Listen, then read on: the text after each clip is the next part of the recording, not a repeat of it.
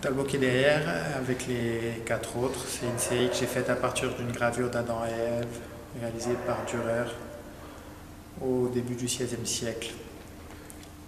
Dürer prend le thème d'Adam et Ève, et à l'intérieur de cette représentation, il écrit dans un endroit à l'arrière, Albert Dürer a fait ça.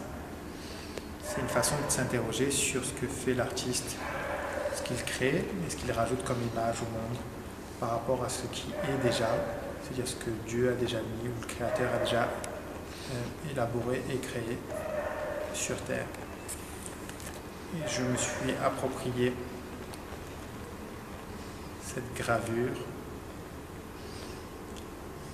parce que pour moi c'est une interrogation sur le rôle aujourd'hui de ce que l'artiste peut faire ou pas, ou ce qu'on même aujourd'hui on n'appelle plus vraiment artiste, mais plutôt plasticien.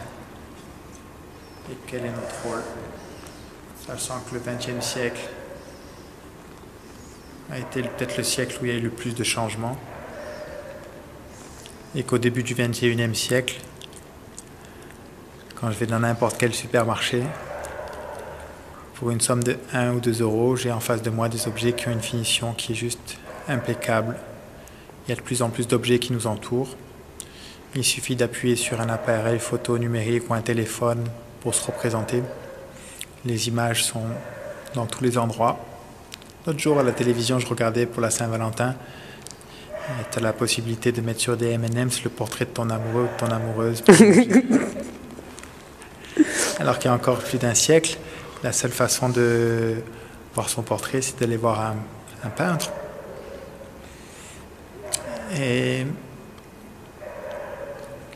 qu'est-ce que je fais aujourd'hui, maintenant, comme peinture? Voilà ce que je présente. Ce que je présente, c'est avant tout une peinture qui est dans la continuité de tout ce qu'on peut appeler la bad painting. C'est une façon pour moi d'affirmer